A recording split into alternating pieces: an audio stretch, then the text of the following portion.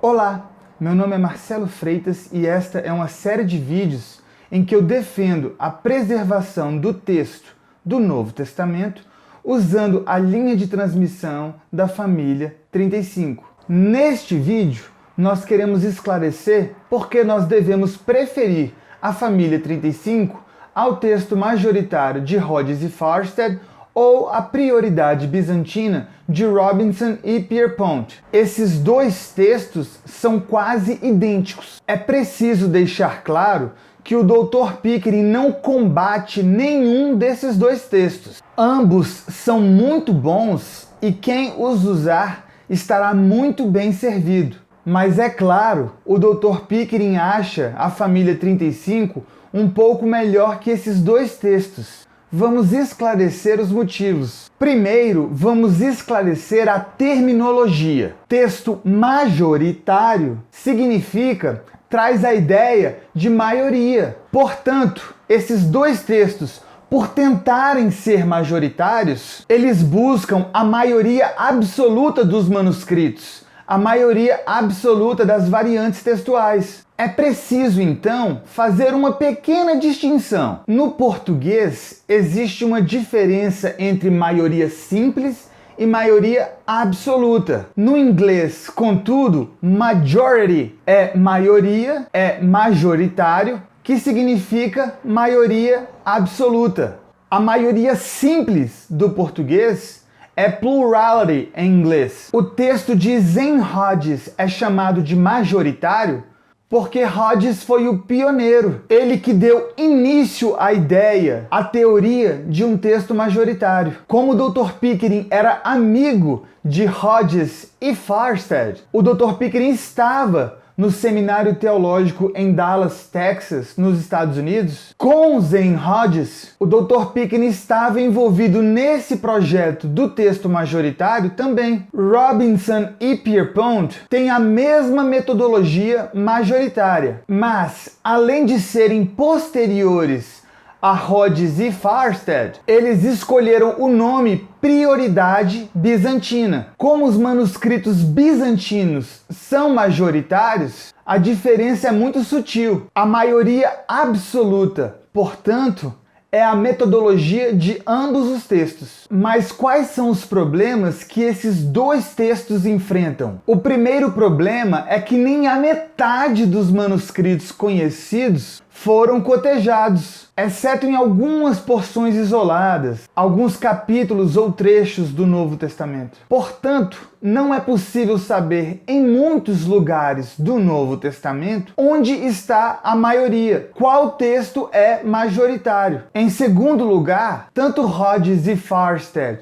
quanto Robinson e Pierpont fizeram uso dos cotejos de Van Soden em todo o Novo Testamento, com a única exceção do livro de Apocalipse. Mas os cotejos registrados no aparato crítico de Van Soden são muito difíceis de serem compreendidos, mesmo por um perito. Então, pode haver interpretações diferentes do que seja a maioria nos registros de Van Soden, e isso é refletido nos textos de Hodges e Farstad e Robinson e Pierpont. Em terceiro lugar, há trechos em que há uma maioria absoluta, mas eles não seguiram essa maioria absoluta de manuscritos. Vamos exemplificar com a passagem da mulher adúltera, a perícope da mulher adúltera. Van Soden, ao cotejar a passagem da mulher adúltera, dividiu as variantes em grupos, chamando os grupos de M1, M2, M3, M4, M5, M6 e M7. Ele escolheu M porque moicheia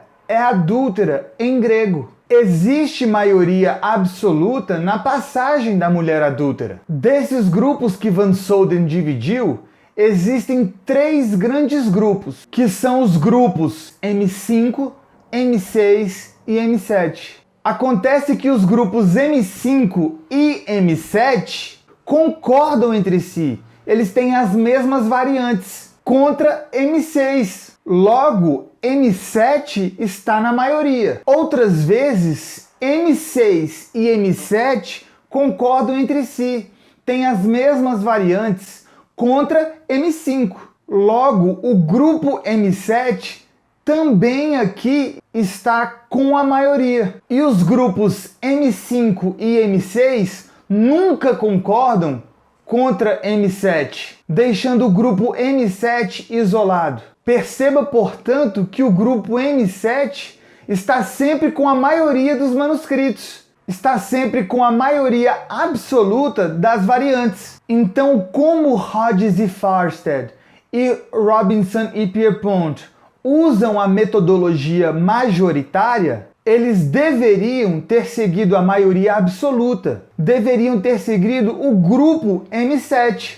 Mas o grupo que Van Soden chamou de M7 é o mesmo grupo, são os mesmos manuscritos que o Dr. Pickering chamou de família 35.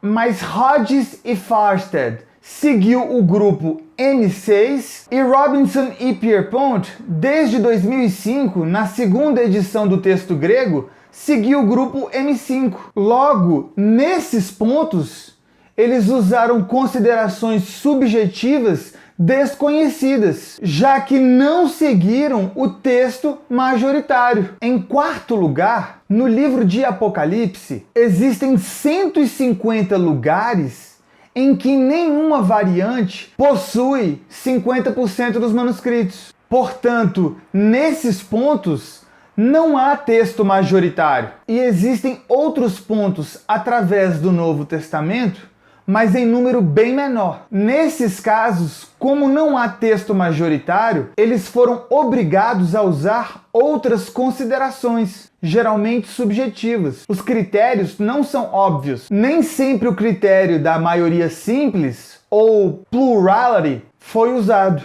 Em resumo, embora a diferença entre a família 35 e o texto majoritário seja muito pequena, por volta de apenas 0,5%, com base no perfil da família 35, existem diferenças e o texto majoritário de Hodges e Farstad e Robinson e Pierpont não são defensáveis de forma objetiva em todos os pontos. Como a família 35 é defensável de forma objetiva em todos os pontos, nós defendemos que ela deve ser preferida. Esclarecemos que o texto majoritário é melhor, é mais próximo do texto original que o texto recebido. E é muito melhor que o texto crítico ou eclético de Nessel Aland e da Sociedade Bíblica Unida, que é seguida pela Sociedade Bíblica do Brasil. Caso você queira mais informações sobre o tema, informamos que temos um livro sobre o assunto. O título é Família 35, texto original do Novo Testamento, exposições de evidência. Deus preservou o seu texto. Obrigado e até o próximo vídeo.